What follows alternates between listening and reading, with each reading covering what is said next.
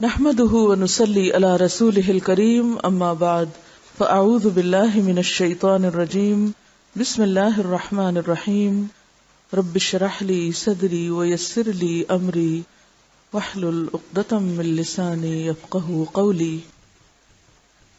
رسول اللہ صلی اللہ علیہ وسلم کی نماز شب کا غالب معمول۔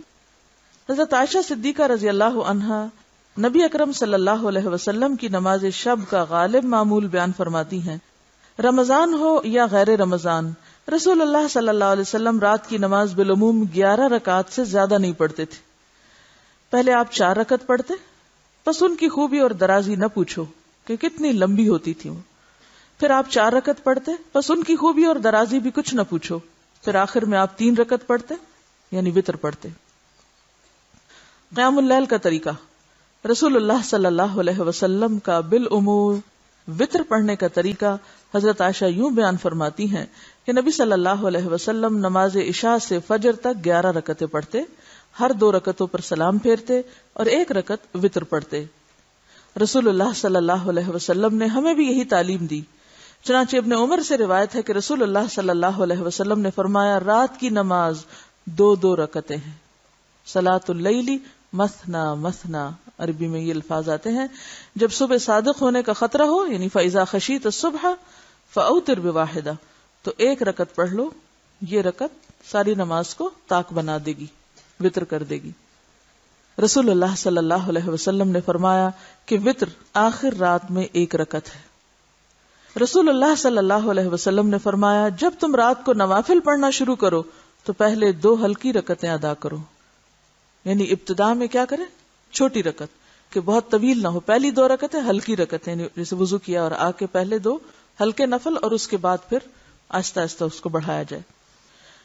آپ نے رات کا قیام کیا، پہلی 2 رکعتیں ہلکی پڑھی، پھر 2 طویل رکعتیں پڑھی، پھر ان سے ہلکی 2 رکعتیں پڑھی، پھر ان سے ہلکی 2 طویل رکعتیں پڑھی، پھر ان سے ہلکی 2 طویل رکعتیں، پھر ان سے ہلکی 2 طویل رکعتیں، پھر ان سے ہلکی 2 طویل رکعتیں، پھر 1 رکعت وتر پڑھا۔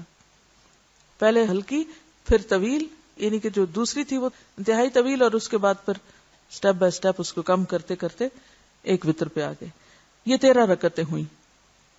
حضرت عائشہ روایت کرتی ہیں کہ رسول اللہ صلی اللہ علیہ وسلم 1 رکعت وتر پڑھتے، 2 رکعتوں اور 1 رکعت کے درمیان سلام پھیر کر بات چیت بھی کر لیتے، یعنی وتر اگر 3 پڑھے جائیں تو سلام پھیر کے اگر بات کی ضرورت ہو تو بات بھی کی جا سکتی ہے، اور آخر میں 1 رکعت الگ سے۔ حضرت ابن عمر رضی اللہ عنہ روایت کرتے ہیں کہ رسول اللہ صلی اللہ علیہ وسلم وتر کی 2 اور 1 رکعت میں سلام سے فصل کرتے تھے، یعنی مغرب کی نماز کی طرح نہیں پڑھتے تھے بلکہ بیچ میں سلام پھیر دیتے تھے اتحیات کے بعد، یعنی تشہد آخر تک پڑھ کے۔ حضرت ابن عباس رضی اللہ عنہ سے کہا گیا کہ امیر المومنین حضرت معاویہ نے 1 ہی وتر پڑھا ہے۔ حضرت ابن عباس نے فرمایا، انہوں نے درست کام کیا ہے، وہ فقیہ اور صحابی ہیں۔ امام مروزی رحمت اللہ علیہ فرماتے ہیں کہ فصل کا کیا معنی ہوتا ہے؟ الگ کرنا۔ یہ کراپ جو ہوتی ہے وہ بھی زمین سے الگ کر دی جاتی ہے، فصل کاٹ دی گئی۔